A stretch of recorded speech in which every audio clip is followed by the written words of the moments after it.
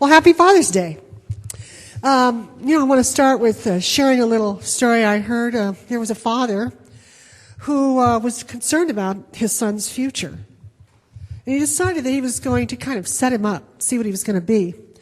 So he went into his room when he wasn't there, and he put on the bed a Bible, a Playboy magazine, a $100 bill, and a bottle of Jim Beam. And he's decided to hide behind the door. This man was a minister.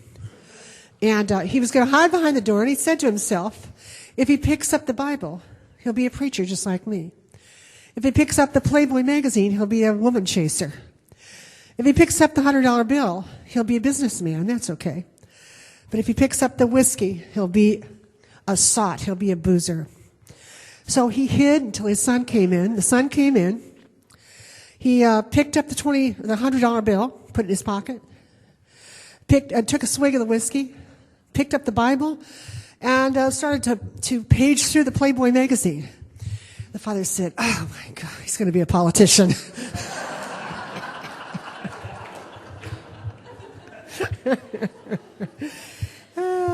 This week, as I was contemplating Father's Day, I felt nervous because I did not have a happy or healthy experience of father.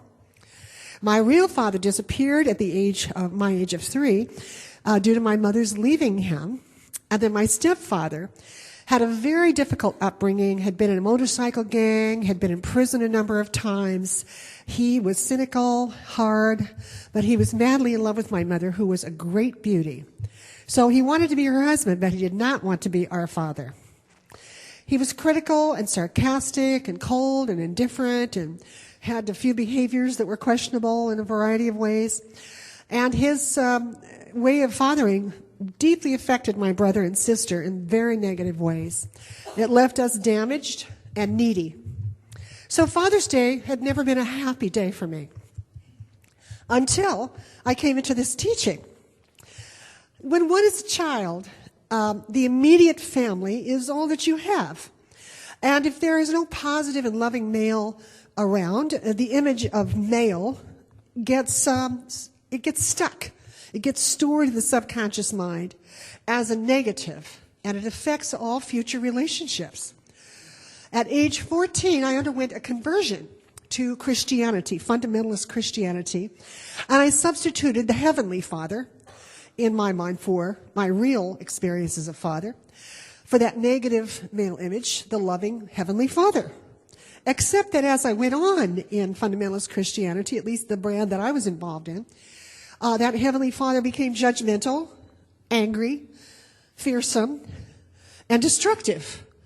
And so I started to, once again, have that negative image of Father in my mind. But today, here we all are in this lovely center. It's a spiritual center where individuals' experiences of Father and what they may have been can be healed through the sharing of this beautiful spiritual community. It acts as a source of healing, of safety, of nurturance, and of transformation. Sometimes that influence, that positive influence, is very subtle and happens over a long period of time through the study of truth and through the experience of spiritual community. Over the past 10 years, I have had the privilege of getting to know many men very well in this center who are fathers. By the way, can I see a show of hands, all the fathers that are here today? There's a lot. I want to point out 3 individuals, people that I know pretty well, and I've made observations of their fathering techniques, of their attitudes. First of all, I've asked their permission if I can share these feelings with you, so I'm not revealing anything that hasn't already been allowed. Mark Sheklian, our drummer, I've known for over 25 years. And I know that he has 2 sons and had a terrifically difficult set of circumstances. And I watched him over the years as he did whatever was necessary to assure that his sons grew up knowing that they were loved, whatever was necessary. He sacrificed his own happiness, his own well-being in many ways to make sure that those sons of his had a decent education, had a loving home, were nurtured and cared for and helped in any way they needed. I was so impressed with his devotion to those children, to the deep, deep caring and attention that he paid to them. It was inspirational. Kim Cameron is our keyboard pianist, our brilliant pianist, and his, actually, I believe his two sons and his wife are here with us today over there, crowded against the stairway.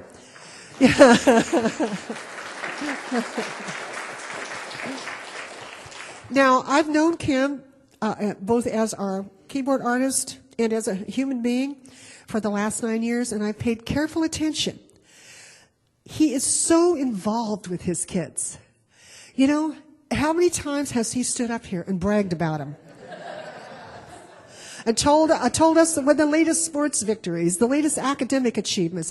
He is a man who deeply cares about his kids, and he's not embarrassed to be proud of them and to say, you know, these are my wonderful children. I love to see this. He's all about family. In fact, we almost didn't get a chance to share his talents because he was so involved with family, he didn't want to take away time on Sundays with them.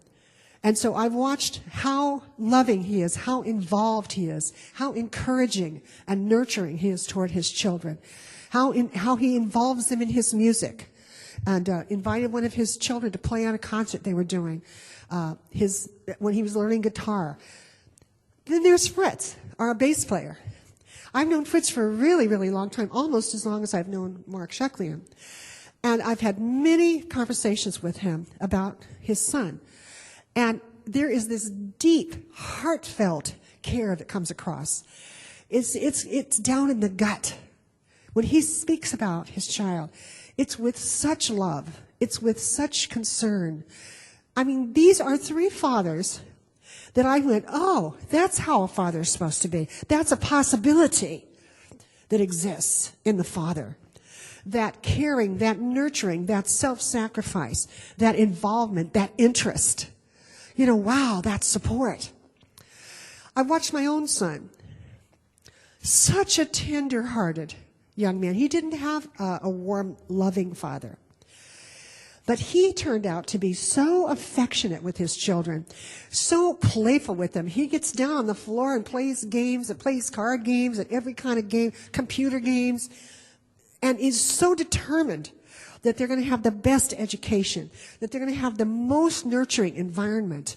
I remember when his daughter was born, how he would let her sleep on his stomach, so in the living room, to give his wife a break.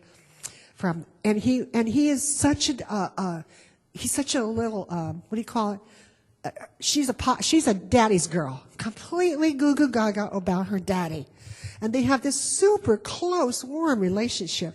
He's so patient with her. She used to throw some of the worst tantrums I ever saw in my life. Seriously, they went on and on. He was so patient. He was firm, but he was not mean. He never lost it with her. He would just walk around with her until she got over it.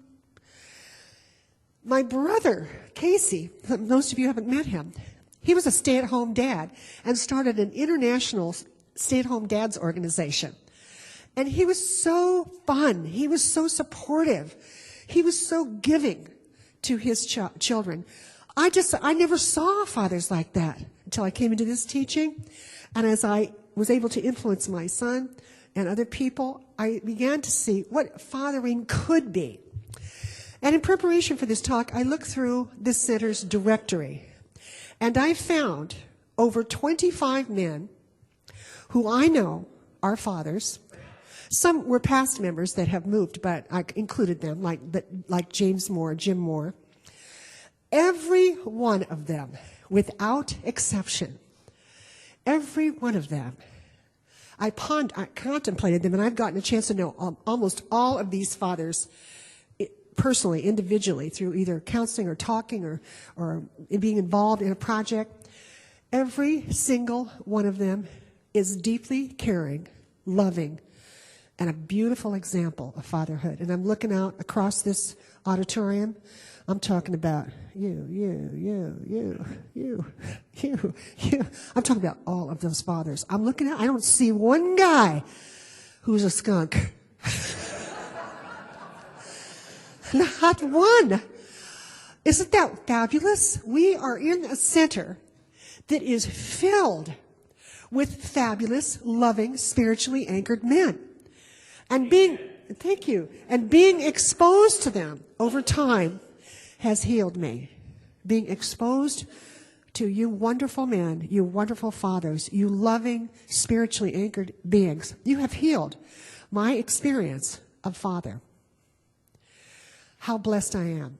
How blessed I am and how blessed we are to have that example before us of what fatherhood can be, of what it should be, what it could be. Affection, gentleness, playfulness, interest, support, warm-heartedness, loving involvement, pride and joy in a child's journey of growth in his life. These are the qualities of ideal fatherhood. And having observed them in these wonderful men, I should say, and you wonderful men, has healed me and has healed those, it has the capacity to heal those of us that are here who missed that positive experience of fatherhood in our personal life. Thank you for being you. Thank you for being positive, loving examples, the realization of that divine, perfect love. I know this, there's a little saying, it's never too late to have a happy childhood. Ever heard that? I used to say to my kids, it's never too late for child abuse. I'm kind of warped that way. And so why is this important? Well, in the Bible, in Matthew chapter 7, verses 9 through 11, Jesus was speaking to a group of people, and he said, ask and you shall receive. Seek and you shall find. Knock and it shall be opened unto you. Now, most of us are pretty familiar with that quote. But right after that, he said, if a child asks his father for a loaf of bread, will he give him a stone? If he asks for a fish, will he give him a snake? He said, if you human fathers, and some of you are hard-hearted men, if you know how to give good gifts to your children, won't your Father, your heavenly Father, even more certainly give good gifts to those who ask? Now, he was speaking largely to uneducated human beings, people who were common blue-collar working, or actually there weren't any blue-collars back in those days. There were fishermen and people that were common, good-hearted people in general, but he had to kind of speak in parables, in stories, using images that they could relate to in order to share with them the deeper spiritual truths that he was trying to share. So today we read a little card that said, if you'll pick up your little card one more time, believe that you have it and it shall be. Notice that, believe that you have it right now and it shall be. Two tenses, present tense and future tense. Act as if, and it shall be. So he was elucidating, he was explaining a deep spiritual fact that there is a power that is absolute love, absolute provision, absolute support, absolute nurturance, total generosity, infinite sweetness. And that sweetness he called Father in Heaven. Now, something you may not know is that, in the King James Version, this was translated, the Bible was translated many times, and one of the times was in England, where father was a formal word. Father, may I have a fish? No, son, you may not have a fish. Here's a snake for you. But anyway, in the language of the day, in Aramaic, which is the language that was spoken in the times of Jesus, the word is actually daddy. Isn't that a sweeter word? Daddy. So when he prayed, he talked about Daddy. When he was talking about your Father, will not your Father give you? Won't your Daddy give you? What if we change our concept of Spirit, of the infinite Spirit, from Father to Papa, to Daddy, and to the Daddy that has all of those sweet qualities that I mentioned, having observed in the fathers in this center, in the fathers that are in my band. Ideal fathers, a daddy who is loving, affectionate, kind, interested, involved, generous, supportive. The sweetest possible daddy of all time. Put together all of the very, very, very, very, very best qualities that you can observe in the men in our center. And they are wonderful, wonderful men. I'm so grateful for the men in our center and the examples that they are. And then decide to experience the divine presence as that perfect daddy. The one that would just do anything for you. The one that would give you the best of the best and make sure you're safe. Make sure that you have what you require. Make sure that you're perfectly guided along the path. That is truly helpful, ready to pick you up if you fall down, ready to provide you with good advice and perfect guidance, able to comfort you when you hurt, when you're sad, able to restore your confidence when you are filled with self-doubt, able to lead you safely into a radiant life full of joy, love, and success. Think about God think about Spirit as that kind of a daddy. Everybody say with me, "Hi, Daddy."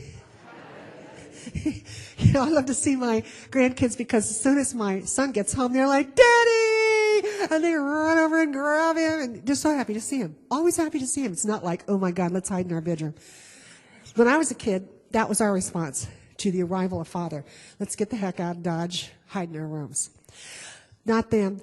They are so happy.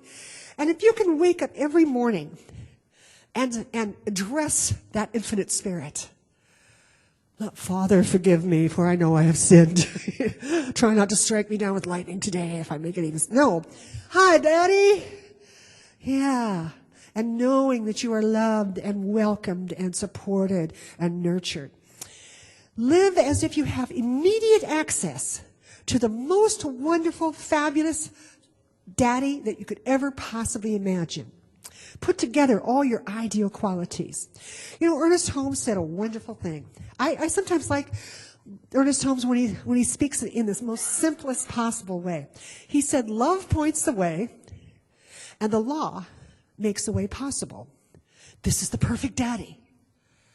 Love points the way, and the law, that which love has set into motion to help us, the law of cause and effect, this law is the perfect arrangement to teach us how to grow and become good spiritual adults, good grown-ups.